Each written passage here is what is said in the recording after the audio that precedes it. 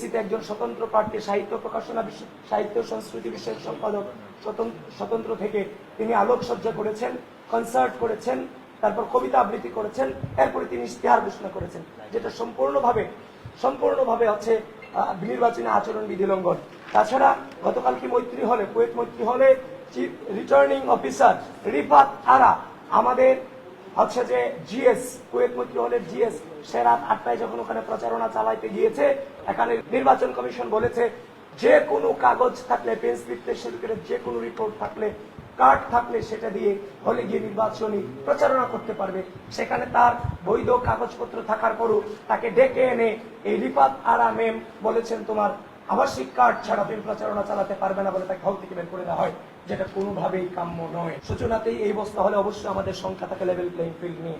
তারপর হচ্ছে যে বিশ্ববিদ্যালয়ের যে গ্রুপগুলো আমি বারংবার বলে আসছি, এই ভোটাধিকার এই বাংলাদেশের ভোটাধিকার এবং গণতন্ত্রকে ফিরিয়ে আনবার জন্য আমি আপনাদের সামনে কথা বলছি, 2016 সাল থেকে আজ পর্যন্ত এই রাষ্ট্র থেকে কোনো প্রকার সুযোগ সুবিধা না নিয়ে জীবনের সকল সম্ভাবনাকে উপেক্ষা করে রাষ্ট্রের ভোটাধিকার এবং গণতন্ত্রকে ফিরিয়ে আনবার জন্য আজও পর্যন্ত লড়াই করে যাচ্ছি। হাসিনা পরে চলে গেছে, এই ঢাকা বিশ্ববিদ্যালয়ের মাটি থেকে আমরা আশা করছি গণতন্ত্র এবং ভোটাধিকারের সূচনায় ঘর ঢাকা বিশ্ববিদ্যালয় থেকে হবে। কিন্তু আমরা দেখতে পাচ্ছি ঢাকা বিশ্ববিদ্যালয়ের বিভিন্ন গ্রুপগুলো চিফ রিটার্নিং অফিসার সহ নির্বাচন অফিস থেকে বিশ্ববিদ্যালয়ের সহযোগিতা নিয়ে বিটিআরসি কে চিঠি দিয়েছে। তারা বিশ্ববিদ্যালয়ের যে গ্রুপগুলো প্রপাগান্ডা ছড়াচ্ছে, শিক্ষার্থী সংসদ 1, শিক্ষার্থী সংসদ, ঢাকা বিশ্ববিদ্যালয়ের শিক্ষার্থী সংসদ 1, শিক্ষার্থী সংসদ 2, তারপর হচ্ছে যে নিরাপত্তা মঞ্চ সহ তারা এগুলার জন্য বন্ধ করে এই জন্য নির্বাচন কমিশন বিটিআরসি কে চিঠি দিয়েছে। কিন্তু আমরা দেখতে পেলাম সেই গ্রুপগুলোর নাম পরিবর্তন করে ফেলেছে। গ্রুপ তো বন্ধ করবে দূরের কথা, গ্রুপগুলোর নাম পরিবর্তন করে আচ্ছা যে শিক্ষার্থী সংসদ রাখা হয়েছে, ঢাকা বিশ্ববিদ্যালয় বাইরে শিক্ষার্থী সংসদ রাখা হয়েছে।